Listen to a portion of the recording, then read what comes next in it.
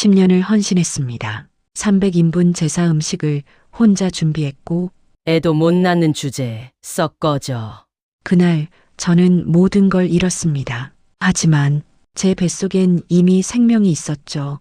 14세 천재 소년 실리콘밸리를 놀라게 하다. 저를 버린 사람을 아버지라고 부를 수 없습니다. 7년 전엔 쫓겨나는 며느리였지만 오늘은 회장으로 왔습니다. 지우야. 제발. 한 회장이라고 부르세요. 복수는 이제부터입니다. 제 이야기를 들어주실 건가요? 7년 전 저는 아무것도 아닌 사람이었습니다. 아니, 정확히는 아무것도 아닌 사람 취급을 받았습니다. 한때는 사랑받는 며느리였고 강민재라는 남자의 아내였고 강가의 핏줄을 이을 여자였죠.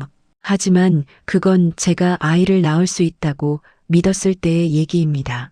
지우야, 시어머니 박순자 여사의 목소리는 언제나 차가웠습니다. 특히 그날따라 더 얼음장 같았죠. 2018년 1월 15일, 제 인생에서 가장 추운 겨울날이었습니다.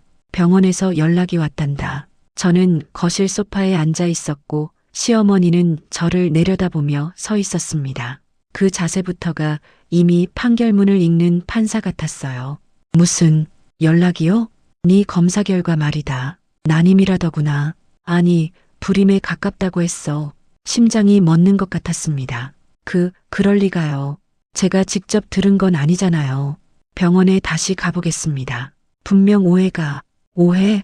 시어머니가 비웃듯 콧방귀를 뀌었습니다. 내가 시집 온 지 2년이 넘었는데 아직도 소식이 없잖니. 이미 충분한 증거 아니냐? 시어머니, 우리 강가는 3대째 이어온 진명그룹을 경영하는 집안이다. 핏줄이 얼마나 중요한지 네가 모를 리 없을 텐데. 저는 떨리는 손으로 핸드백을 움켜쥐었습니다. 제가 치료를 받겠습니다. 요즘은 의학이 발달해서 치료? 시누이 강서진이 옆에서 끼어들었습니다. 그녀는 언제나 어머니 곁을 맴돌며 저를 깎아내리는데 일가견이 있었죠. 올케 언니, 그게 그렇게 쉬운 줄 아세요? 제 친구도 5년 동안 시술 받다가 결국 이혼했어요. 우리 오빠 인생을 그렇게 낭비하게 할 건가요? 서진아, 내 오빠 이래. 어머니 말씀이 맞아요. 오빠는 이제 38이에요. 후계자를 낳기에도 빠듯한 나이라고요. 저는 남편을 바라봤습니다. 강민재, 한때는 저를 사랑한다고 했던 남자. 민재 씨, 그는 눈을 마주치지 못했습니다. 그저 창밖만 바라보며 입술을 깨물고 있었어요. 말 좀 해봐요. 당신 아내가 지금 이런 모욕을 당하고 있는데. 지우야, 그가 겨우 입을 열었을 때 저는 이미 알았습니다. 이 남자도 저를 포기했다는 것을. 미안해. 하지만 어머니 말씀도 일리가 있어. 우리 현실적으로 생각해보자. 현실적으로. 그 단어가 칼처럼 제 심장을 찔렀습니다. 이혼하자. 결국 그 말이 나왔습니다. 남편의 입에서가 아니라 시어머니의 입에서. 위자료는 충분히 주마. 5억 정도면 네가 다시 시작하는데 부족하지 않을 게다. 대신 조용히 이 집을 떠나거라. 언론에 알리지 말고. 5억. 제 3년간의 결혼 생활, 아니 제 존재 자체가 5억으로 정리되는 순간이었습니다. 시어머니, 저는 더 이상 할 말 없다. 강 변호사한테 연락해서 서류 준비하라고 해놨으니까 다음 주까지 정리하거라. 어머니, 제가 소리쳤습니다. 제 인생에서 시어머니에게 처음으로 목소리를 높인 순간이었죠. 저도 사람입니다. 이렇게 물건 버리듯이. 물건? 시어머니가 차갑게 웃었습니다. 물건이라도 제 값을 하면 아까워서 못 버리지. 넌 그 값어치도 못하는 거야. 알겠니? 그날 밤 저는 짐을 쌌습니다. 아니, 짐이랄 것도 없었어요.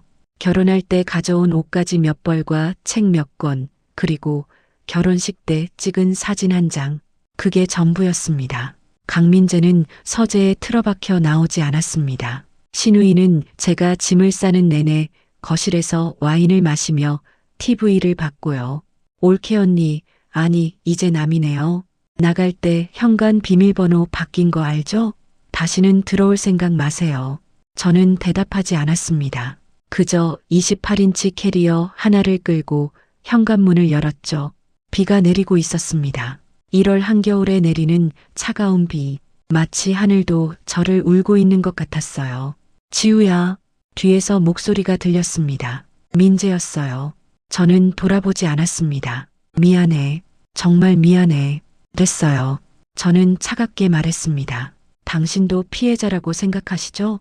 어머니 눈치 보느라, 회사 지키느라 어쩔 수 없었다고. 하지만 강민재 씨, 당신도 가해자예요. 저를 사랑한다고 해놓고, 지킨다고 해놓고, 결국 저를 내친 사람. 지우야, 제발 연락하지 마세요. 당신 인생이나 잘 사세요. 후계자 나을 새 부인 만나시고. 저는 그렇게 강가의 저택을 떠났습니다. 캐리어 바퀴가 빗물 고인 아스팔트를 구르는 소리만이 적막한 밤거리에 울려 퍼졌습니다. 그런데 제가 몰랐던 게 있었습니다. 제 몸속에 이미 작은 생명이 자라고 있었다는 것을. 3일 후 저는 고시원에 살고 있었습니다. 평수로 치면 2평 남짓, 창문도 제대로 없는 방, 냉장고 대신 작은 미니바가 전부였고 화장실은 공용이었습니다.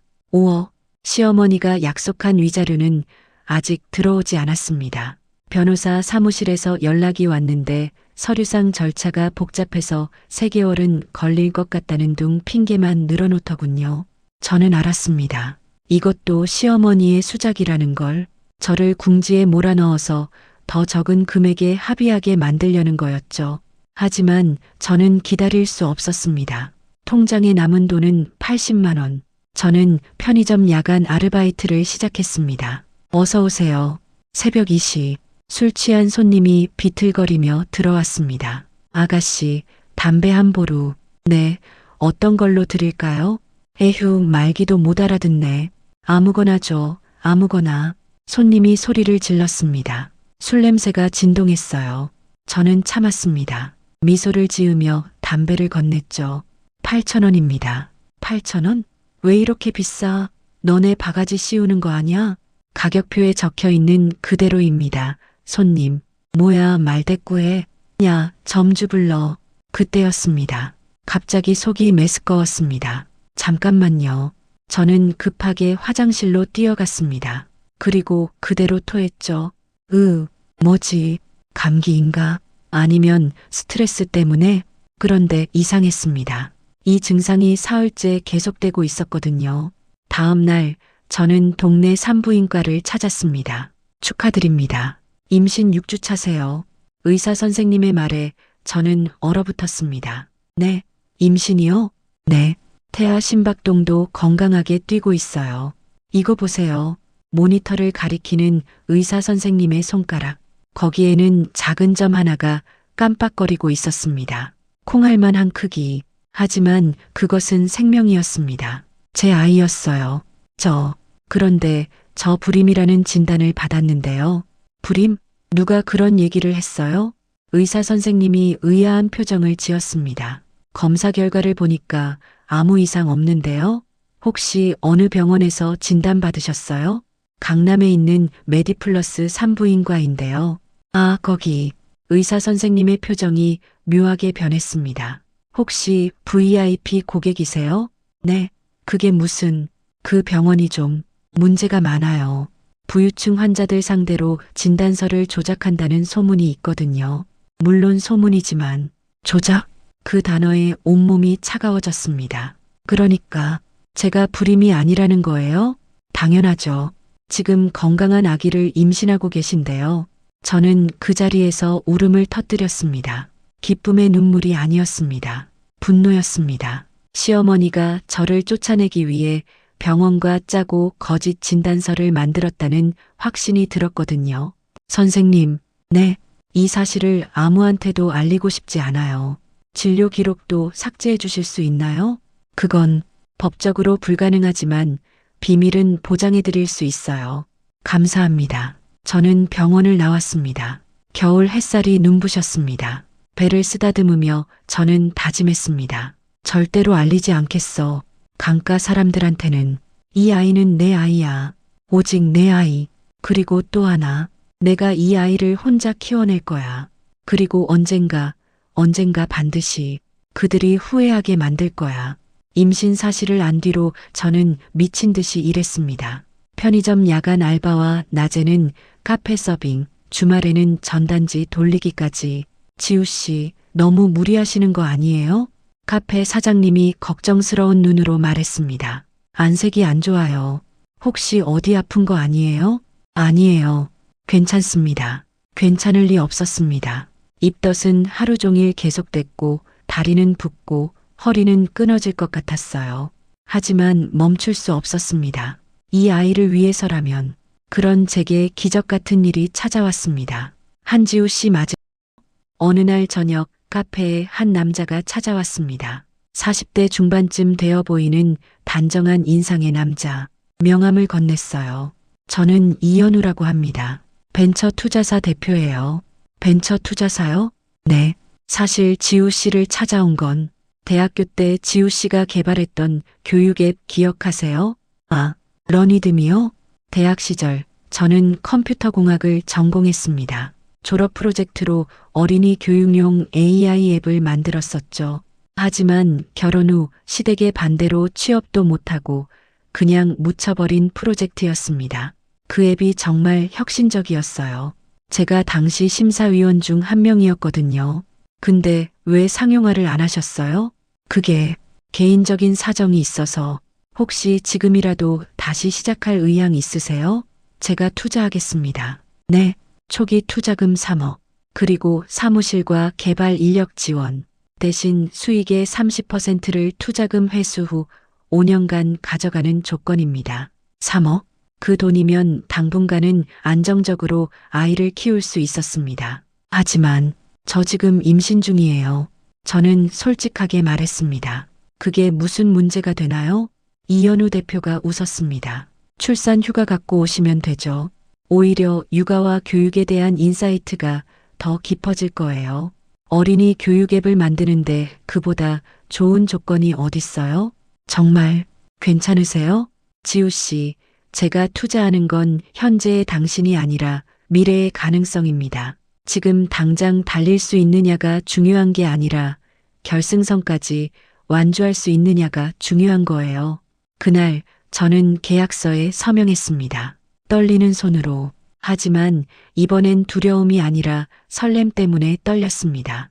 2018년 9월 23일, 저는 3.2kg의 건강한 사내 아이를 낳았습니다. 혼자였습니다.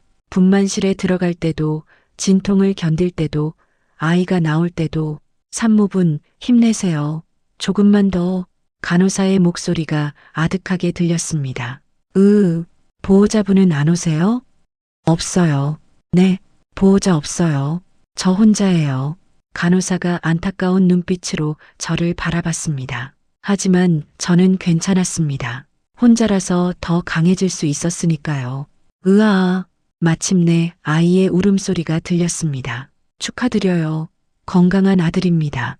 간호사가 아이를 제 품에 안겨줬습니다. 작고 빨갛고 주름진 얼굴.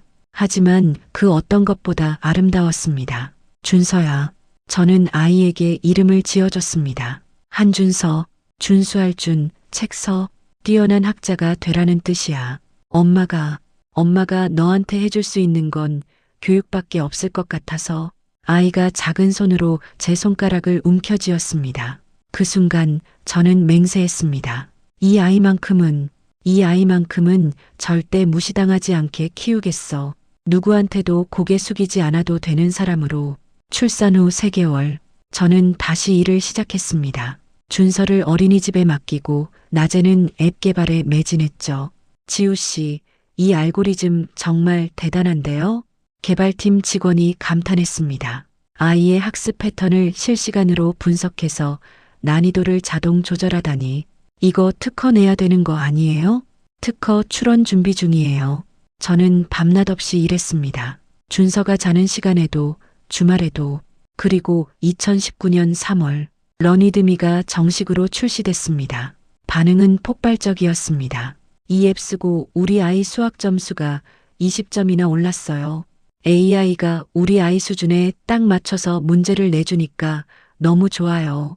유료 결제할 가치가 충분히 있어요. 출시 6개월 만에 가입자 10만 명 돌파. 1년 만에 50만 명. 러니드미는 대한민국에서 가장 핫한 교육 앱이 되었습니다. 지우 씨, 축하해요. 이현우 대표가 샴페인을 터뜨렸습니다. 회사 가치가 100억을 넘었어요. 이제 시리즈B 투자 유치도 충분히 가능해요. 하지만 저는 웃을 수 없었습니다. 준서 때문이었습니다. 엄마, 어느 날 저녁 어린이집에서 데려온 준서가 울먹였습니다. 왜 그래, 준서야? 친구들이 아빠 없다고 놀려요. 칼로 심장을 찌르는 것 같았습니다. 준서야, 엄마 나도 아빠 있어? 다른 친구들처럼? 5살 아이가 물어서는 안 될 질문이었습니다. 저는 아이를 꼭 안아줬습니다. 준서야, 아빠는 하늘나라에 계셔. 거짓말이었습니다. 하지만 진실을 말할 수 없었어요. 너희 아빠는 너를 버렸어. 내가 태어나기도 전에. 그런 잔인한 말을 어떻게 해요? 그럼 아빠도 나 사랑해? 그럼 엄청 사랑하지. 하늘에서 매일 준서 지켜보고 계셔. 정말? 정말이야. 아이가 제 품에서 스르르 잠들었습니다. 저는 그날 밤 잠을 이룰 수 없었습니다. 이대로는 안 돼. 더 크게 성공해야 해. 준서가 당당하게 살 수 있을 만큼. 그리고 운명은 다시 저를 시험했습니다. 2020년 1월, 지우 씨, 큰일 났어요. 개발팀장이 황급히 달려왔습니다. 네이버에서 비슷한 앱을 출시한대요. 그것도 무료로. 뭐라고요? 저는 컴퓨터 화면을 확인했습니다. 네이버 주니어 에듀케이션. 저희 앱과 거의 똑같은 UI, 똑같은 기능. 이건 표절 아니에요? 특허 침해 소송 걸어야 되는 거 아니에요? 직원들이 술렁거렸습니다. 하지만 이현우 대표가 고개를 저었습니다. 소송은 답이 아니에요. 네이버 상대로 이기기도 힘들고 시간과 돈만 낭비할 뿐이에요. 그럼 어떻게 해요? 이대로 무너지라고요? 아니요. 제가 입을 열었습니다. 더 혁신적인 걸 만들면 돼요. 그들이 따라올 수 없을 정도로. 저한테 6개월만 주세요. 완전히 새로운 걸 만들어 볼게요. 그렇게 저는 다시 지옥 같은 개발에 돌입했습니다. 그리고 그 과정에서 준서의 천재성을 발견했습니다. 엄마, 이거 왜 이렇게 해? 어느 날 준서가 제 노트북 화면을 가리키며 물었습니다. 응? 이건 코드인데. 준서가 알기엔 너무 어려워. 근데 여기 이 부분, 이렇게 하면 더 빠르지 않아? 5살 아이의 입에서 나온 말이었습니다. 저는 깜짝 놀라 아이가 가리킨 부분을 확인했습니다. 이건 알고리즘 최적화. 그것도 제가 3일 동안 고민하던 부분을 단번에 꿰뚫은 거였어요. 준서야, 너 이거 어떻게 알았어? 그냥 엄마가 하는 거 옆에서 봤어. 숫자들이 움직이는 거 보면 재밌어. 저는 그날부터 준서를 관찰하기 시작했습니다. 그리고 확신했습니다. 이 아이는 범상치 않다고. 준서는 6살에 구구단을 완벽히 외웠고 7살에 미적분의 기초 개념을 이해했습니다. 지우 씨, 준서 교육에 대해 상담 좀 하고 싶은데요. 어린이집 원장 선생님이 따로 저를 불렀습니다. 혹시 영재 검사 받아보신 적 있으세요? 아니요. 한번 받아보세요. 이 아이는 보통이 아니에요. 제가 30년간 아이들을 봐왔는데 이런 아이는 처음이에요.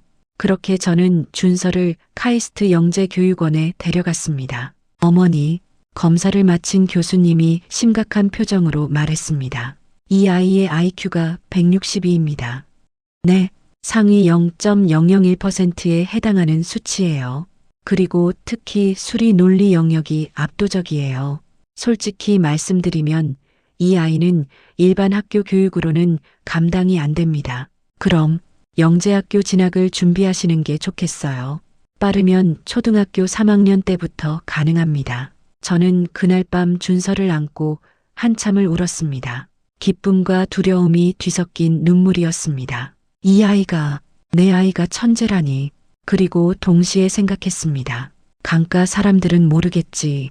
자기들이 버린 아이가 얼마나 대단한 아이인지. 시간은 빠르게 흘렀습니다. 준서는 9살에 한국과학영재학교에 입학했고 12살에 대학 수준의 수학과 물리를 마스터했습니다. 그리고 저는 러니드미를 100개국에 수출하며 글로벌 에듀테크 기업의 CEO가 되어 있었습니다. 회사 가치 5천억. 저는 더 이상 쫓겨난 며느리가 아니었습니다. 하지만 복수는 아직 시작도 하지 않았습니다. 그저 준비 단계였을 뿐이죠. 그리고 2025년 드디어 그 기회가 왔습니다. 지우 씨, 큰일 났어요. 이현우 대표가 황급히 전화를 걸어왔습니다. 진명그룹이 부도 위기래요. 진명그룹, 강민재의 가족이 운영하는 그 그룹. 저는 천천히 미소를 지었습니다. 자세히 얘기해 주세요. 회장님이 잘못된 투자로 1조 원 넘는 손실을 봤대요. 그리고 후계자 문제로 내분까지 생겼고요. 지금 회사를 살리려면 긴급 투자 유치가 필요한데 아무도 안 나서고 있대요. 그래서요, 우리한테 투자 제안이 들어왔어요. 진명그룹의 교육사업부를 인수하면 어떻겠냐고. 교육사업부, 그곳은 강서진이 대표로 있는 곳이었습니다. 재밌네요. 저는 차가운 미소를 지었습니다. 미팅 일정 잡아주세요. 제가 직접 가겠습니다. 지우 씨? 네, 대표님. 이번엔 제가 직접 나서야 할 것 같아요. 전화를 끊고 저는 창밖을 바라봤습니다. 7년 만의 재회가 코앞이었습니다. 그리고 이번엔 제가 선택하는 쪽이 될 겁니다. 2025년 1월 20일 진명그룹 본사 앞에 차가 멈춰섰습니다. 벤츠 S클래스, 제 차였죠. 기사가 문을 열어줬습니다. 대표님, 도착했습니다. 고마워요, 김 기사님. 저는 차에서 내렸습니다. 7년 전 이곳을 마지막으로 왔을 때 저는 캐리어 하나 끌고 비를 맞으며 떠났었죠. 그때와 똑같은 건물. 하지만 저는 완전히 달라져 있었습니다. 샤넬 트위드 재킷, 에르메스 백, 그리고 당당한 걸음걸이. 로비를 지나가자 직원들이 수군거렸습니다. 저분 누구야? 되게 아우라 있는데? 모르겠어. 근데 미팅 약속 있는 VIP인가 봐. 엘리베이터를 타고 20층으로 올라갔습니다. 회장실이 있는 층이었죠. 러니드미 대표 한지훈이 모셨습니다. 비서가 안내했습니다. 안으로 들어가시면 됩니다. 문이 열렸습니다. 그리고 그들이 보였습니다. 박순자, 강서진, 그리고 강민재. 7년 만에 재회였습니다. 어서 오세요, 한 대표님. 박순자가 일어나 손을 내밀었습니다. 저는 그 손을 바라봤습니다. 7년 전 저를 쓰레기 취급하던 그 손. 반갑습니다. 저는 악수를 받았습니다. 차갑게 앉으시죠. 회의 테이블에 앉았습니다. 강민재가 저를 빤히 쳐다봤습니다. 믿을 수 없다는 표정으로. 지우? 저를 아시나요? 저는 일부러 모르는 척했습니다. 아니, 그게. 강 부사장님, 집중해 주시겠어요? 지금 회사가 어떤 상황인지 아시잖아요. 강서진이 오빠를 나무랐습니다. 하지만 그녀도 저를 힐끔힐끔 쳐다봤어요. 뭔가 낯익은데 확신이 서지 않는다는 표정. 그럼 본론으로 들어가죠. 박순자가 말을 꺼냈습니다. 한 대표님도 아시다시피 저희 진명그룹은 지금 유동성 위기를 겪고 있습니다. 특히 교육사업부는 3년 연속 적자 상태고요. 알고 있습니다. 그래서 제안드립니다. 교육사업부를 러니드미에 매각하는 건 어떻습니까? 물론 적정한 가격에. 적정한 가격이라. 저는 서류를 넘겼습니다. 여기 실사 자료를 보니 교육사업부 부채가 800억이던데요. 자산 가치는 500억 정도고, 그럼 마이너스 300억 아닌가요? 그건. 강서진이 당황했습니다. 브랜드 가치를 생각하면. 브랜드 가치요? 저는 비웃었습니다. 3년 연속 적자에 시장 점유율 2%도 안 되는 사업부가 무슨 브랜드 가치가 있습니까? 한 대표님, 박순자가 목소리를 높였습니다. 너무 박하게 보시는 거 아닙니까? 제가 박하게 보는 게 아니라 시장이 이미 판단을 내렸습니다. 저는 태블릿을 켜서 그래프를 보여줬습니다. 최근 3년간 교육사업부 주가 추이입니다. 보시다시피 계속 하락세죠. 투자자들도 이미 포기한 사업부예요. 회의실이 정적에 휩싸였습니다. 그럼 인수 안 하시겠다는 겁니까? 아니요. 저는 미소를 지었습니다. 인수하죠. 대신 제 조건에. 조건이라면 교육사업부를 100억에 인수합니다. 부채는 진명그룹이 정리하시고요. 100억? 강서진이 벌떡 일어났습니다. 그게 말이 됩니까? 자산만 500억인데. 서진 씨, 저는 처음으로 그녀의 이름을 불렀습니다. 그 순간 강서진의 얼굴이 하얗게 질렸습니다. 너, 설마, 오래간만이네요, 서진 씨. 7년 만인가요? 지우, 한지우, 박순자와 강민재도 동시에 얼어붙었습니다. 네, 한지우 맞습니다. 7년 전에 이 집에서 쫓겨난 그 여자. 이럴 수가. 박순자가 중얼거렸습니다. 내가 러니드미 대표였어? 놀라셨어요? 저도 놀랐습니다. 제가 이렇게까지 성공할 줄은 몰랐거든요. 저는 여유롭게 커피를 한 모금 마셨습니다. 특히 불임 여자가 이렇게까지 할 수 있을 줄은요. 지우야, 강민재가 떨리는 목소리로 말했습니다. 그때는 내가 미안했어. 정말 미안하다고요? 저는 그를 똑바로 쳐다봤습니다. 강민재 씨, 미안하면 다 되나요? 7년 전에 저를 쫓아낼 때는 미안하다는 말도 제대로 못하셨잖아요. 그건 됐어요. 과거 얘기는 여기까지 하죠. 저는 사업 얘기하러 온 거니까. 저는 다시 서류로 시선을 돌렸습니다. 제 제안은 명확합니다. 교육사업부 100억 인수, 부채 정리는 진명그룹 책임, 그리고 한 가지 조건이 더 있습니다. 뭔데요? 강서진 대표는 퇴임하셔야 합니다. 뭐라고? 강서진이 소리쳤습니다. 내가 10년 동안 이 사업부를 키워왔는데 10년 동안 적자만 냈잖아요. 제가 차갑게 말했습니다. 실적 자료 다 봤어요. 서진 씨가 대표 맡고 나서 매출은 반토막 났고 우수 인력은 다 경쟁사로 빠져나갔어요. 무능의 결정판이죠. 이 여자가 지금 여자? 저는 미소를 지었습니다. 예의 없게 구시는군요. 저는 러니드미 대표 한지우입니다. 비즈니스 파트너에게 이 여자라는 표현은 부적절하지 않나요? 강서진이 입을 다물었습니다. 어머니, 이 거래 안 하는 게 낫겠어요. 그녀가 박순자에게 매달렸습니다. 다른 투자자 찾아봐요. 서진아, 박순자가 한숨을 쉬었습니다. 다른 투자자가 어딨니? 다들 거절했잖아. 하지만 지우 씨, 박순자가 저를 바라봤습니다. 조건을 조금 완화할 수는 없겠니? 서진이가 그래도 우리 딸인데. 안 됩니다. 저는 단호하게 말했습니다. 제 조건은 협상 불가해요. 받아들이시든지 아니면 거래를 포기하시든지 선택은 당신들 몫입니다. 넌 정말. 박순자의 눈빛이 차갑게 변했습니다. 복수하러 온 거구나. 그렇지? 복수요? 저는 고개를 가웃했습니다. 전 그냥 사업하러 왔을 뿐인데요. 합리적인 조건을 제시했고요. 그걸 복수라고 받아들이시는 건 당신들 마음이죠. 지우야, 제발. 강민재가 다시 입을 열었습니다. 우리 다시 시작할 수 없을까? 그때 내가 잘못했어. 진심으로 사과할게. 다시 시작이요? 저는 웃음을 터뜨렸습니다. 강민재 씨, 지금 무슨 착각을 하시는 건가요? 제가 왜 당신과 다시 시작을 해요? 그래도 우리 한때는 부부였죠. 하지만 당신이 저를 버렸잖아요. 불임이라는 거짓 진단 하나에 너무 쉽게.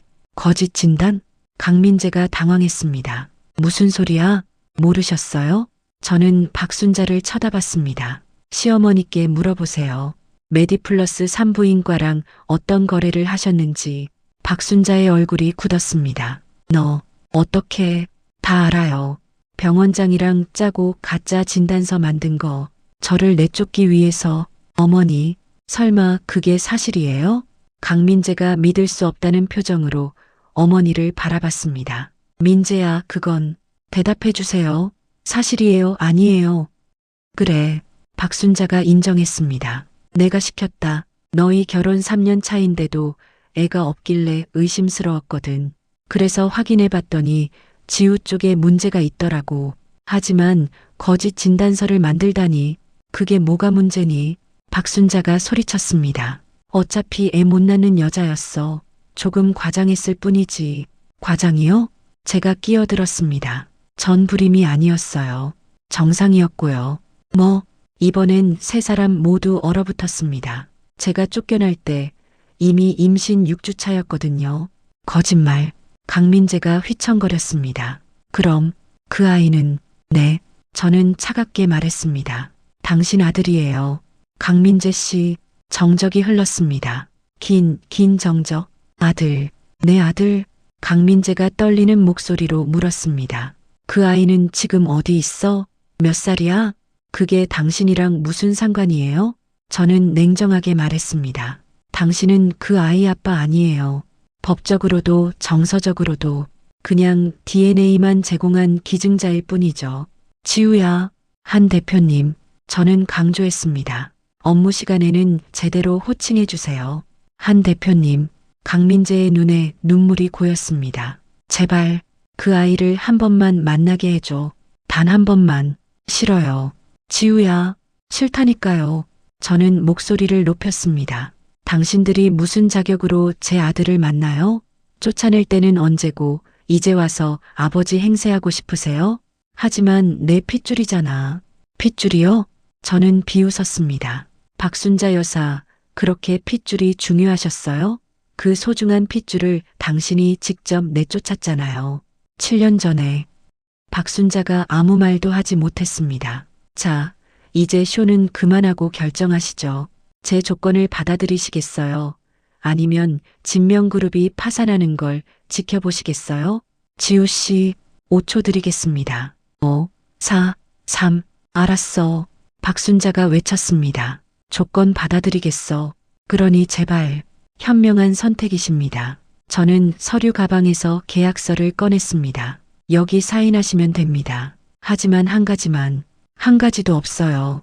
저는 단호하게 말했습니다. 제 조건대로만 진행됩니다. 아, 그리고 한 가지 더.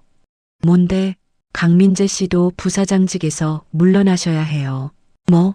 강민재가 벌떡 일어났습니다. 그건 너무하잖아. 나까지 왜? 당신 업무 실적 봤어요. 3년간 성사시킨 계약이 다니건 그것도 소액. 무능력자는 필요 없어요.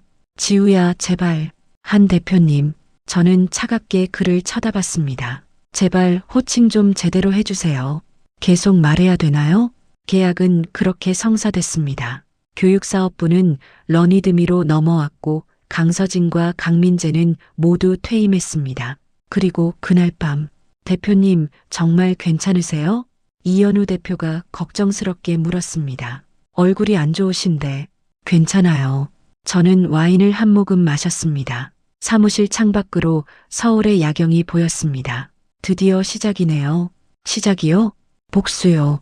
저는 미소를 지었습니다. 이건 시작에 불과해요.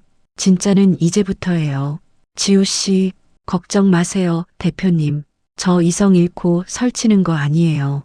다 계획이 있어요. 계획이요? 네. 저는 태블릿을 켜서 보여줬습니다. 진명그룹의 주력 사업은 건설과 유통이에요. 그리고 그 둘 다 지금 위태로운 상황이고요. 그래서요, 저희가 교육사업부를 살려서 진명그룹의 유일한 희망으로 만들 겁니다. 네, 그리고 그들이 완전히 저희한테 의존하게 만든 다음에 저는 차가운 미소를 지었습니다. 그때 다 뺏을 거예요. 진명그룹 전체를. 지우 씨, 놀라셨어요? 아니, 그게 가능하기는 한 건가요? 가능하죠. 저는 자신만만하게 말했습니다. 제게는 비밀병기가 있으니까요. 비밀병기요? 네, 제 아들 준서요. 그날 밤 집에 돌아왔을 때 준서가 공부를 하고 있었습니다. 14살. 이제는 제 가슴팍까지 오는 키로 자라 있었죠. 엄마, 늦으셨네요. 응, 중요한 회의가 있어서. 공부는 다 했어? 네. 오늘 양자역학 논문 하나 읽었어요. 양자역학? 재밌더라고요. 특히 얽힘 현상이요. 14살 아이가 할 말이 아니었습니다. 하지만 준서는 보통 아이가 아니었으니까요. 준서야. 네. 엄마가 물어볼 게 있는데. 저는 아이 옆에 앉았습니다. 너, 아빠 궁금하니? 준서가 잠시 생각하더니 고개를 저었습니다. 아니요. 엄마만 있으면 돼요. 정말? 네. 아빠는 하늘나라에 계시잖아요. 그걸로 충분해요. 가슴이 아팠습니다. 여전히 거짓말을 하고 있다는 게. 준서야, 사실은. 엄마. 준서가 저를 똑바로 쳐다봤습니다. 제가 바보는 아니에요. 응? 아빠가 죽은 게 아니라는 거 알아요. 엄마가 거짓말하는 거 다 알아요. 하지만 괜찮아요. 엄마가 말하고 싶을 때 말하면 돼요. 저는 아이를 꼭 안아줬습니다. 미안해, 준서야. 엄마가 괜찮아요, 엄마.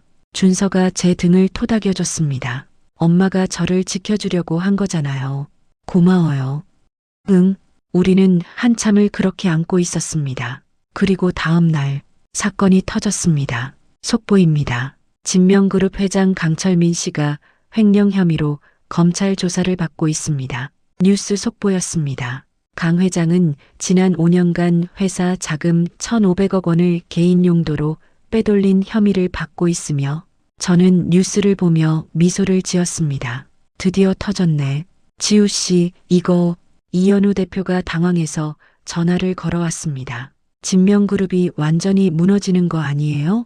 그럴 수도 있죠. 그럼 우리가 인수한 교육사업부도 위험한 거 아니에요? 아니요. 저는 침착하게 말했습니다. 우리는 이미 사업부를 독립시켰잖아요. 법적으로 진명그룹과 분리됐으니까 문제 없어요. 하지만 대표님 걱정 마세요. 다 계획대로예요. 전화를 끊고 저는 다시 뉴스를 봤습니다. 진명그룹 주가가 폭락하고 있으며 회생 가능성에 대한 의문이 제기되고 있습니다. 좋아. 이제 진짜 게임이 시작된다. 일주일 후 한 대표님, 박순자 여사님이 면담을 요청하셨습니다. 비서가 보고했습니다. 혼자 오신대요. 알았어요. 들어오시라고 하세요. 잠시 후 박순자가 들어왔습니다. 일주일 만에 10년은 늙어 보였습니다. 지우 씨, 한 대표라고 불러주세요. 한 대표? 박순자가 힘없이 앉았습니다. 부탁이 있어서 왔어. 부탁이요? 진명그룹을 살려줘. 회장이 구속됐어. 횡령죄로. 회사는 파산 직전이고 주가는 바닥을 쳤어. 이러다간 정말 다 무너져. 그래서 제가 뭘 하길 바라시는데요? 투자를 해줘. 내 회사가 진명그룹에 투자를 하면 시장이 안정될 거야. 투자요? 저는 웃음을 터뜨렸습니다. 회장님 횡령한 회사에 제가 왜 투자를 해요? 제발. 박순자가 고개를 숙였습니다. 평생 남한테 머리를 숙여본 적 없을 그 여자가 빌게 내가 잘못했어. 7년 전에 너한테 한 짓도 거짓 진단서도 다 내 잘못이야. 지금 와서 사과해봤자 알아. 용서받을 수 없다는 거. 박순자가 저를 똑바로 쳐다봤습니다. 하지만 그래도 빌어. 제발 우리 집안을 살려줘. 왜 그래야 하는데요? 박순자 여사님, 저는 차갑게 말했습니다. 7년 전에 저한테 뭐라고 하셨죠? 핏줄이 중요하다고, 가문을 이어야 한다고. 근데 그 소중한 핏줄을, 가문의 유일한 희망을 당신이 직접 내쫓았잖아요. 이제 와서 살려달라고요? 미안해. 미안하다고 다 되나요? 저는 일어났습니다. 돌아가세요. 저는 진명그룹 따위에 관심 없어요. 지우 씨, 한 대표요. 한 대표, 제발, 경비. 저는 인터폰을 눌렀습니다. 손님 나가시게 해드려요. 지우 씨, 제발, 내 손자라도 한 번만 만나게 해줘. 박순자가 애원했습니다. 손자요? 저는 돌아봤습니다. 당신에게 손자는 없어요. 7년 전에 스스로 포기하셨잖아요. 제발, 안녕히 가세요. 박순자 여사님. 경비가 들어와 박순자를 부축해 나갔습니다. 문이 닫혔습니다. 저는 다시 자리에 앉아 창밖을 바라봤습니다. 가슴이 아팠습니다. 하지만 멈출 수 없었습니다. 이건 시작일 뿐이니까. 그날 저녁 집에 돌아왔을 때 준서가 이상한 표정으로 저를 맞이했습니다. 엄마, 오늘 학교에 이상한 사람이 왔었어요. 이상한 사람? 네. 저한테 사진 찍자고 하고 아빠에 대해 물어보고 심장이 철렁 내려앉았습니다. 뭐라고 대답했어?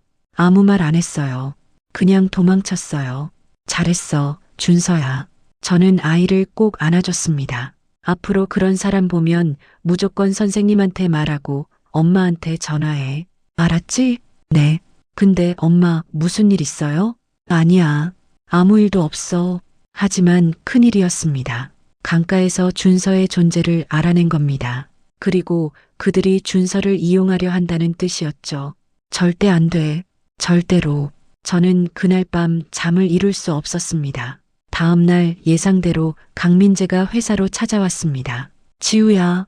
그는 로비에서 소리를 질렀습니다. 내 아들을 만나게 해줘. 경비, 저 사람 내보내세요. 지우야, 제발, 한 대표라고 하세요. 저는 차갑게 말했습니다. 그리고 아들은 당신 아들이 아니에요. 제 아들이에요. 법적으로 내 핏줄이잖아. 그래서요? 저는 비웃었습니다. DNA 검사라도 하실 건가요? 그럼 하시죠. 그 대신 7년 동안의 양육비 청구할 겁니다. 사교육비, 생활비, 정서적 피해 보상까지 합쳐서 10억쯤 될까요? 감당하실 수 있으세요? 지금 당신 회사 파산 직전인데 강민재가 말문이 막혔습니다. 돌아가세요. 다시는 제 아들한테 접근하지 마세요. 경고할게요, 강민재 씨. 제 아들한테 손대면 그땐 정말 용서 안 해요. 지우야, 한 대표요. 한 대표님. 강민재의 눈에서 눈물이 흘러내렸습니다. 나 정말 후회해. 7년 전으로 돌아갈 수만 있다면 절대 너를 안 놓을 텐데 늦었어요. 저는 고개를 돌렸습니다. 7년이나 늦었어요. 제발 단 한 번만이라도. 경비들이 들어와 강민재를 끌어냈습니다. 지우야, 한 대표, 제발. 그의 목소리가 점점 멀어졌습니다. 저는 사무실로 올라와 창밖을 바라봤습니다. 눈물이 흘렀습니다. 왜 이렇게 아픈 거지? 분명 내가 원하던 건데, 복수는 달콤해야 하는데, 왜 이렇게 쓰라린 걸까요? 2025년 6월, 실리콘밸리 테크 컨퍼런스. 다음 연사를 소개합니다. 한국에서 온 14살 천재 개발자 한준서 군입니다. 박수 소리가 터져 나왔습니다. 준서가 무대에 올라갔습니다. 검은색 정장을 입은 작은 체구. 하지만 그 눈빛만큼은 어른보다 더 날카로웠죠. 안녕하세요. 저는 한준서입니다. 준서의 목소리가 컨퍼런스 홀에 울려 퍼졌습니다. 오늘 제가 발표할 내용은 차세대 양자 알고리즘을 활용한 AI 최적화입니다. 객석에서 웅성거림이 일었습니다. 저 나이에 양자 알고리즘을 믿을 수 없는데. 하지만 준서의 발표가 시작되자 모두가 입을 다물었습니다. 기존의 딥러닝 모델은 연산 효율성에서 한계를 보입니다. 하지만 양자 얽힘 원리를 응용하면 연산 속도를 106배 향상시킬 수 있습니다. 슬라이드에 복잡한 수식들이 펼쳐졌습니다. 이 알고리즘을 실제로 구현한 결과 준서가 다음 슬라이드를 넘겼습니다. GPT-5 수준의 언어 모델을 단 10분 만에 학습시킬 수 있었습니다. 객석에서 누군가 소리쳤습니다. 가능합니다. 준서가 침착하게 대답했습니다. 여기 실제 데모 영상이 있습니다. 화면에 영상이 재생됐습니다. 실시간으로 AI가 학습하고 답변하는 모습, 그 속도와 정확성에 청중들이 술렁이기 시작했습니다. This is revolutionary. Who is this kid? 발표가 끝나자 폭발적인 박수가 터져 나왔습니다. 그리고 그 순간 저는 객석 뒤편에서 그 모든 걸 지켜보고 있었습니다. 자랑스러움과 함께 두려움도 함께 이제 진짜 시작이구나. 컨퍼런스가 끝난 후 준서 주변은 사람들로 북적였습니다. 준서 군, 우리 구글에서 인턴십 제안을 하고 싶은데. 아니, 애플이 먼저야. 준서 군, 우리랑 마이크로소프트도. 글로벌 IT 공룡들이 14살 아이를 영입하려고 경쟁하는 모습. 어처구니 없지만 현실이었습니다. 감사합니다만. 준서가 정중하게 고개를 숙였습니다. 저는 아직 학생이라 당장은 어렵습니다. 그럼 졸업 후에라도 생각해 보겠습니다. 저는 준서를 데리고 그 자리를 벗어났습니다. 엄마, 저 잘했죠? 응, 너무 잘했어. 저는 아이의 머리를 쓰다듬었습니다. 근데 준서야, 너무 주목받는 건 좋지 않을 수도 있어. 왜요? 아직은 때가 아니야. 사실 이번 컨퍼런스 참가도 고민이 많았습니다. 준서의 재능을 세상에 알리면 강가 사람들도 알게 될 테니까요. 하지만 결국 참가를 허락한 이유는 이제는 숨길 수 없어. 그리고 숨길 필요도 없어. 준서는 이미 제가 보호해줘야 할 약한 아이가 아니었습니다. 스스로를 지킬 수 있는 강한 아이로 자라 있었으니까요. 그리고 예상대로 다음 날 한국 뉴스에 준서의 소식이 대서특필됐습니다. 한국의 천재 소년 실리콘밸리를 놀라게 하다. 14세 한준서 구글 애플의 러브콜 받아. 차세대 빌 게이츠 한준서는 누구인가? 그리고 그 뉴스를 본 사람들이 있었습니다. 강가 사람들. 이게 지우 아들이야? 박순자가 떨리는 손으로 신문을 쥐고 있었습니다. 한준서 2018년생 어머니 한지우. 맞아.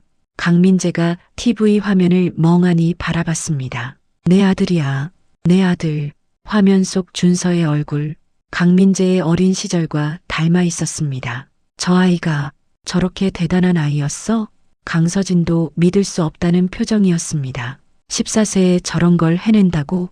지우가 혼자 키웠어. 박순자가 중얼거렸습니다. 우리가 쫓아낸 그 아이를 혼자서 저렇게 키워냈어. 어머니, 민재야. 박순자가 아들을 돌아봤습니다. 저 아이를 찾아야 해. 저 아이가 우리 강가의 유일한 희망이야. 하지만 지우가 만나게 해줄 리 없잖아요. 그래도 해야 해. 박순자가 소리쳤습니다. 저 아이를 강가로 데려와야 해. 어떻게든. 어떻게요? 지우가 절대 허락 안 할 텐데. 법적으로 접근하자. 강서진이 입을 열었습니다. 오빠, 준서는 법적으로 오빠 아들이잖아요. 친권을 주장할 수 있어요. 친권을? 네. 7년간 양육비를 안 냈다는 게 문제지만 그래도 혈연 관계는 명백하니까 변호사 통해서. 안 돼. 강민재가 고개를 저었습니다. 그건 진짜 지우를 적으로 돌리는 거야. 이미 적이잖아. 강서진이 반박했습니다. 언니가 우리한테 뭘 했는지 몰라요? 회사 빼앗고 우리 망하는 거 구경하고 있잖아요. 그래도 오빠 정신 차려요. 지금 우리한테 필요한 건 저 천재 아이예요. 저 아이만 있으면 진명그룹을 다시 일으킬 수 있어요. 서진아, 어머니도 그렇게 생각하시죠? 박순자가 고개를 끄덕였습니다. 그래, 저 아이가 필요해. 어머니, 미안하다, 민재야. 하지만 우리 집안을 살리려면 이 방법밖에 없어. 일주일 후, 한 대표님, 법원에서 통지서가 왔습니다. 비서가 서류를 건넸습니다. 친권 확인 소송이라고. 저는 서류를 펼쳤습니다. 원고 강민재, 피고 한지우. 예상했던 거야. 대표님, 괜찮아요. 변호사 선임해 주세요. 최고의 변호사로. 네. 저는 서류를 내려놓고 창밖을 바라봤습니다. 드디어 시작하는구나. 진짜 전쟁이. 그날 저녁 집에서 준서와 대화를 나눴습니다. 준서야, 엄마가 할 얘기가 있어. 무슨 얘기요? 너, 아빠에 대해서. 준서가 책을 덮고 저를 똑바로 쳐다봤습니다. 아빠가 하늘나라에 안 계시죠? 응, 알고 있었어요. 처음부터. 정말? 네. 엄마가 말할 때마다 눈빛이 흔들렸거든요. 역시 이 아이는 날카로웠습니다. 그럼 진실을 말해줄게. 저는 7년 전의 이야기를 들려줬습니다. 강가에서의 생활, 쫓겨난 날, 그리고 준서를 혼자 키우게 된 이유까지. 준서는 묵묵히 듣고 있었습니다. 그래서 아빠가 이제 나를 찾으려는 거예요? 응, 법적으로 친권을 주장하겠다고. 웃기네요. 준서가 냉소적으로 말했습니다. 14년 동안 한 번도 안 찾아보더니 이제 와서 제가 쓸모 있어 보이니까 찾는 거잖아요. 준서야, 엄마 걱정 마세요. 준서가 제 손을 잡았습니다. 저는 엄마 편이에요. 엄마가 저를 키웠고 저를 사랑했어요. 그 사람들은 아무것도 아니에요. 고마워, 준서야. 대신 한 가지만 부탁할게요. 뭔데? 제가 직접 그 사람들을 만나게 해주세요. 뭐, 그 사람들이 얼마나 한심한지 직접 눈으로 확인하고 싶어요. 저는 고민했습니다. 준서를 강가 사람들과 만나게 하는 것, 그건 위험한 일이었습니다. 하지만, 알았어. 내가 원한다면. 저는 결국 허락했습니다. 준서는 이미 자신의 선택을 할 수 있는 나이였으니까요. 재판날, 법정은 긴장감으로 가득했습니다. 원고 측, 주장하십시오. 판사가 말했습니다. 강민재 측 변호사가 일어났습니다. 원고 강민재는 한준서의 생물학적 아버지입니다. DNA 검사 결과를 제출하겠습니다. 서류가 제출됐습니다. 그리고 민법 제909조에 따르면 부모는 미성년 자녀에 대한 친권을 가집니다. 따라서 원고는 준서 군에 대한 친권을 회복하고자 합니다. 피고 측 반박하십시오. 저희 변호사가 일어났습니다. 판사님, 원고는 7년 동안 양육 의무를 전혀 이행하지 않았습니다. 이는 민법 제924조 친권 상실 사유에 해당합니다. 하지만 피고가 원고에게 자녀의 존재를 알리지 않았습니다. 상대 변호사가 반박했습니다. 원고는 자녀가 있다는 사실조차 몰랐습니다. 그건 원고 모친의 잘못된 행위 때문입니다. 이에 있습니다. 그건 증명할 수 있습니다. 저희 변호사가 서류를 제출했습니다. 메디플러스 산부인과의 불법 진단서 발급 사실에 대한 증거입니다. 병원장의 자백서와 박순자 씨와의 금전거래 내역이 포함되어 있습니다. 법정이 술렁거렸습니다. 강민재가 어머니를 돌아봤습니다. 박순자는 얼굴이 하얗게 질려 있었습니다. 그리고 한 가지 더 제출하겠습니다. 저희 변호사가 또 다른 서류를 내밀었습니다. 준서 군 본인의 의견서입니다. 의견서? 판사가 눈썹을 치켜 올렸습니다. 14세 미성년자의 의견을 들어보셨습니까? 네, 판사님. 준서 군은 매우 명석하고 자신의 의견을 명확히 표현할 수 있는 청소년입니다. 그렇다면 준서 군을 증인으로 채택하겠습니다. 준서가 증인석에 섰습니다. 작은 체구. 하지만 그 눈빛만큼은 누구보다 강했습니다. 준서 군, 선서하세요. 양심에 따라 숨김과 보탬이 없이 사실 그대로 말하겠습니다. 좋습니다. 준서 군, 원고인 강민재 씨를 아버지로 인정할 의향이 있습니까? 준서가 강민재를 똑바로 쳐다봤습니다. 없습니다. 법정이 술렁거렸습니다. 이유를 말해주시겠습니까? 저를 버린 사람을 아버지라고 부를 수 없습니다. 하지만 원고는 당신의 존재를 몰랐습니다. 그건 변명입니다. 준서의 목소리는 침착했습니다. 제 어머니를 쫓아낸 건 강민재 씨의 선택이었습니다. 그리고 그 결과로 저도 함께 버려진 거죠. 준서야. 강민재가 일어나 소리쳤습니다. 아빠는 정말 몰랐어. 내가 있는 줄 알았으면 절대 안 그랬을 거야. 조용히 하세요. 판사가 망치를 두드렸습니다. 원고는 자리에 앉으세요. 준서가 강민재를 차갑게 바라봤습니다. 강민재 씨, 준서야, 제발. 저는 당신의 아들이 아닙니다. 한지우의 아들이에요. 14년 동안 저를 키운 건 엄마예요. 밤낮으로 일하면서 아플 때도 쉬지 않고 저를 위해 모든 걸 희생했어요. 준서의 목소리에 감정이 실렸습니다. 당신은 그 14년 동안 뭘 했죠? 편하게 살았죠? 새 여자 만나서 재혼 준비도 했었죠? 그건 저를 찾는 척하지 마세요. 당신은 저를 원하는 게 아니라 제 능력을 원하는 거잖아요. 아니야. 강민재가 부인했습니다. 아빠는 정말 너를 증명해 보세요. 준서가 차갑게 말했습니다. 제 생일이 언제죠? 제 생일이요. 당신 아들 생일이 언제예요? 강민재가 입을 다물었습니다. 모르시죠? 제가 좋아하는 음식도, 제가 다니는 학교 이름도, 제 꿈이 뭔지도 모르시죠? 그런 사람이 어떻게 아버지예요?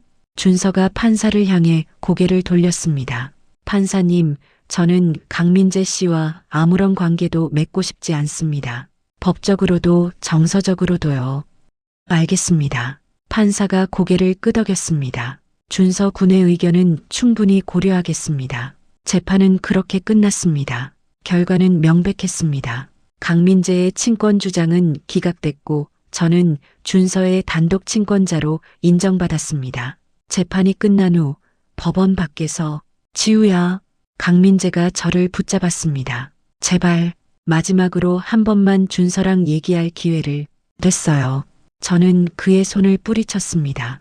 이제 법적으로도 끝났어요. 더 이상 우리 아들한테 접근하지 마세요. 지우야. 그리고 하나 더.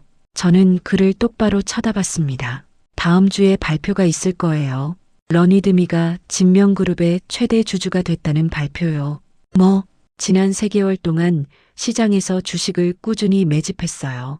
이제 저희가 51% 지분을 보유하고 있죠. 강민재의 얼굴이 하얗게 질렸습니다. 그럼, 네, 이제 진명그룹은 제 겁니다. 저는 뒤돌아 걸어갔습니다. 준서가 제 손을 잡았습니다. 엄마, 멋있어요. 응? 엄마가 정말 멋있어요. 저도 엄마처럼 강한 사람이 되고 싶어요.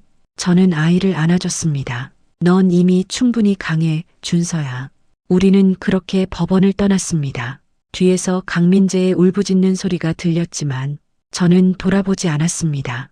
다음 날 뉴스가 터졌습니다. 러니드미 진명그룹 최대 주주 등극, 한지우 대표 7년 만에 화려한 복수, 재벌가 며느리에서 재벌 그룹 오너로 드라마 같은 인생, 언론은 난리가 났습니다.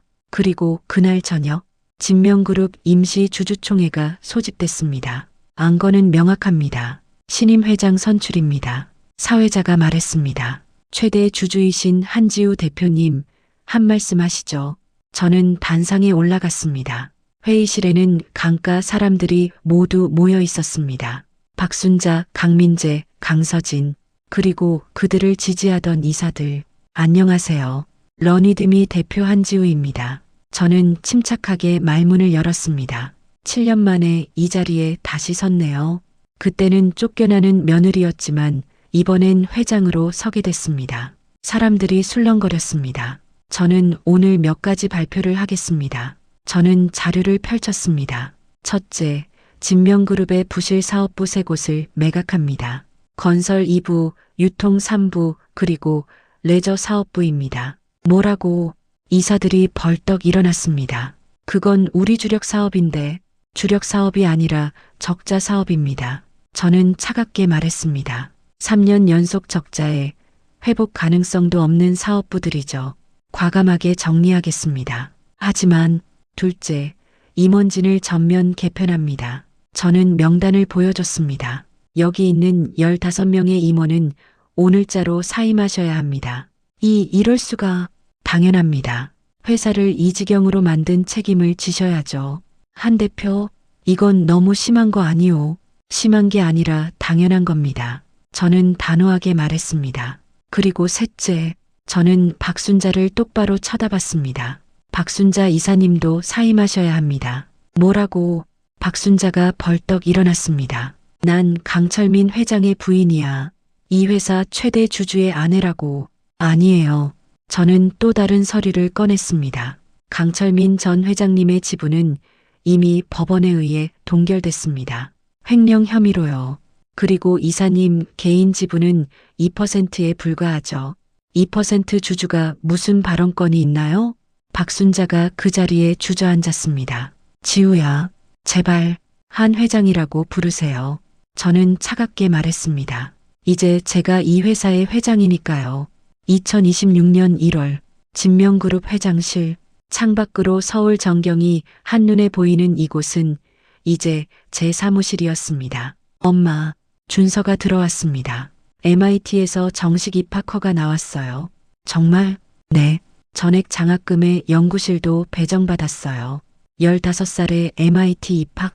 하지만 준서에게는 당연한 일이었죠. 축하해, 준서야. 고마워요, 엄마. 엄마 덕분이에요. 아니야, 내 실력이지.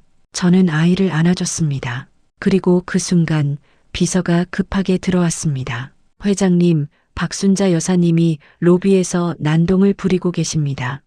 또 지난 3개월 동안 박순자는 매주 회사를 찾아왔습니다. 용서를 구하러, 아니 정확히는 구걸하러. 내려가 볼게요. 로비에 내려가자 박순자가 경비들에게 제지당하고 있었습니다. 지우야, 제발 한 번만 만나줘. 예전에 도도하던 모습은 온데간데 없었습니다. 머리는 헝클어져 있고 옷차림도 초라했죠. 박순자 여사님, 저는 차갑게 그녀를 내려다봤습니다. 또 오셨군요. 지우야, 아니 한 회장님. 박순자가 무릎을 꿇었습니다. 제발 우리 민재 좀 살려줘. 그 애가 지금 정신병원에. 알고 있어요. 강민재는 제가 진명그룹을 인수한 뒤 정신적 충격으로 우울증을 앓고 있었습니다. 그건 제 책임이 아니에요. 하지만 당신이 책임져야죠. 당신이 아들을 그렇게 나약하게 키웠으니까. 지우야, 그리고 강서진 씨는 어떻게 지내시나요? 제 물음에 박순자의 얼굴이 일그러졌습니다. 강서진은 회사에서 쫓겨난 뒤 사기 사건에 연루됐습니다. 급한 마음에 투자 사기꾼에게 걸려든 거였죠. 지금은 빚더미에 앉아 있다고 들었습니다. 다들 죽겠어. 박순자가 울먹였습니다. 제발 용서해줘. 용서요? 저는 비웃었습니다. 7년 전에 저한테 용서를 구했어야죠. 미안해. 정말 미안해. 미안하다고 다 되나요? 저는 그녀를 내려다봤습니다. 당신이 저한테 했던 말 기억하세요? 물건이라도 제값을 하면 아까워서 못 버린다고. 박순자 여사님, 당신도 이제 제값을 못하는 물건이 됐네요. 지우야, 경비, 이분 내보내드려요. 그리고 앞으로 출입 금지 조치하세요. 안 돼, 지우야. 박순자가 바닥에 엎드려 울부짖었지만 저는 뒤돌아 엘리베이터에 올랐습니다. 그날 저녁 준서와 단둘이 카페에 갔습니다. 엄마 괜찮아요? 응, 아까 그 할머니 불쌍해 보였어요. 그래, 네. 엄마가 복수하려던 게 바로 저런 모습이었어요? 준서가 조심스럽게 물었습니다. 저는 커피를 한 모금 마셨습니다. 엄마도 잘 모르겠어. 네, 복수가 이렇게 허무할 줄 몰랐어. 솔직한 심정이었습니다. 7년 동안 꿈꿔왔던 순간, 강가 사람들이 무릎 꿇고 용서를 구하는 모습. 하지만 막상 그 순간이 오니 기쁘지 않았습니다. 엄마, 준서가 제 손을 잡았습니다. 이제 그만하는 게 어때요? 응, 복수는 충분히 했어요. 이제 엄마가 행복해질 차례예요. 준서야, 엄마는 제가 행복하길 바라잖아요. 저도 마찬가지예요. 엄마가 행복했으면 좋겠어요. 저는 아이를 안아줬습니다. 고마워, 준서야. 내가 있어서 엄마는 정말 행복해. 저도요, 엄마. 우리는 한참을 그렇게 앉아 있었습니다. 창밖으로 한강이 보였습니다. 석양이 강물에 반짝였죠. 그 순간 제 핸드폰이 울렸습니다. 여보세요? 한 회장님, 저 이현우입니다. 네, 대표님. 좋은 소식이 있어요. 구글에서 러니드미 인수 제안을 했습니다. 네, 5조 원이래요. 회장님 지분만 2조가 넘어요. 5조, 상상도 못할 금액이었습니다. 어떻게 하시겠어요? 저는 잠시 생각했습니다. 거절하세요. 네, 왜요? 러니드미는 제가 만든 회사예요. 팔고 싶지 않아요. 하지만 5조면 돈이 다가 아니잖아요, 대표님. 저는 미소를 지었습니다. 제가 정말 원하는 건 따로 있어요. 뭔데요? 행복이요. 전화를 끊고 저는 준서를 바라봤습니다. 준서야, 우리 여행 갈까? 여행이요?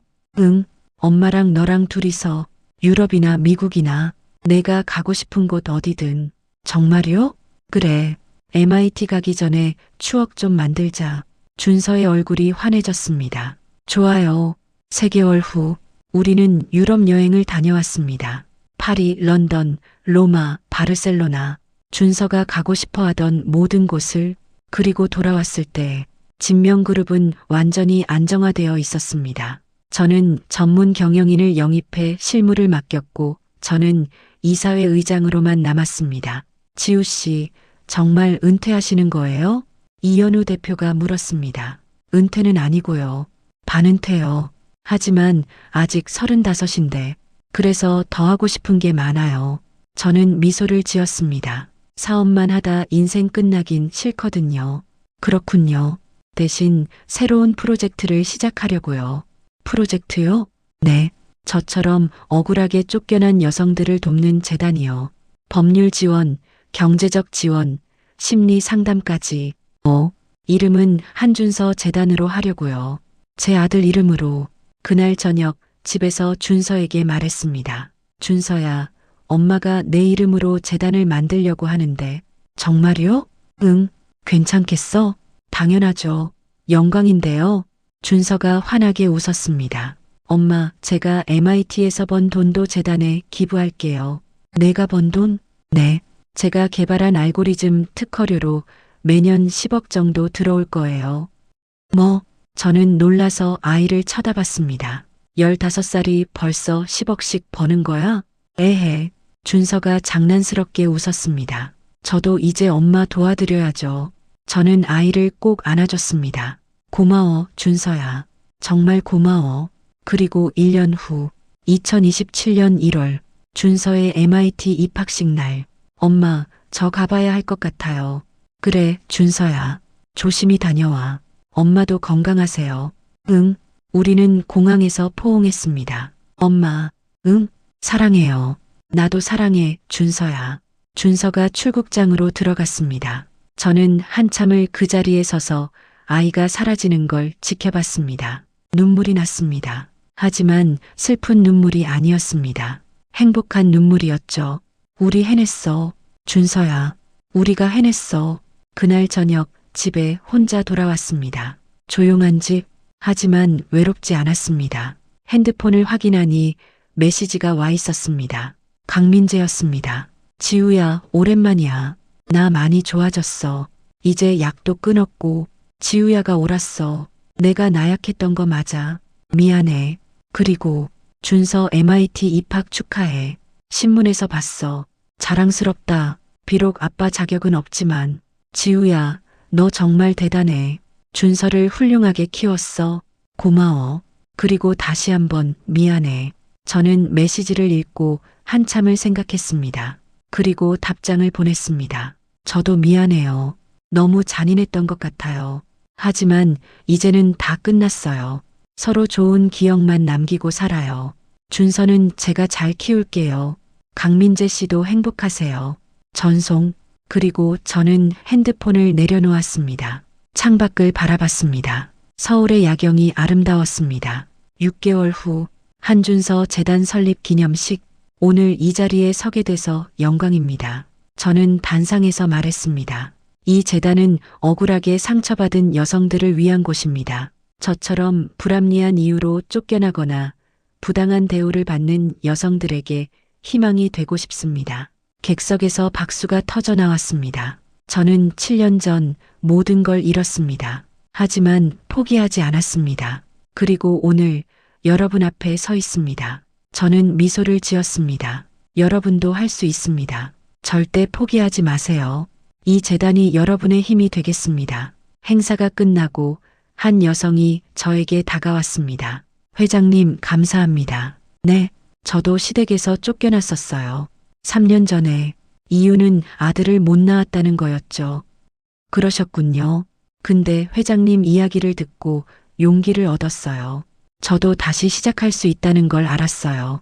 여성의 눈에 눈물이 고였습니다. 지금은 작은 카페를 운영하고 있어요. 딸이랑 둘이서요. 행복해요. 다행이네요. 저는 그녀의 손을 잡았습니다. 앞으로도 계속 행복하세요. 네, 회장님도요. 그날 밤 준서에게서 영상통화가 왔습니다. 엄마, 재단 설립 축하해요. 고마워, 준서야. 공부는 잘 되고 있어? 네, 교수님들이 다들 좋으세요.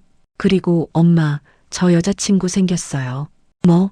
저는 깜짝 놀랐습니다. 벌써? 에헤, 같은 과 선배예요. 20살이신데 엄청 똑똑하세요.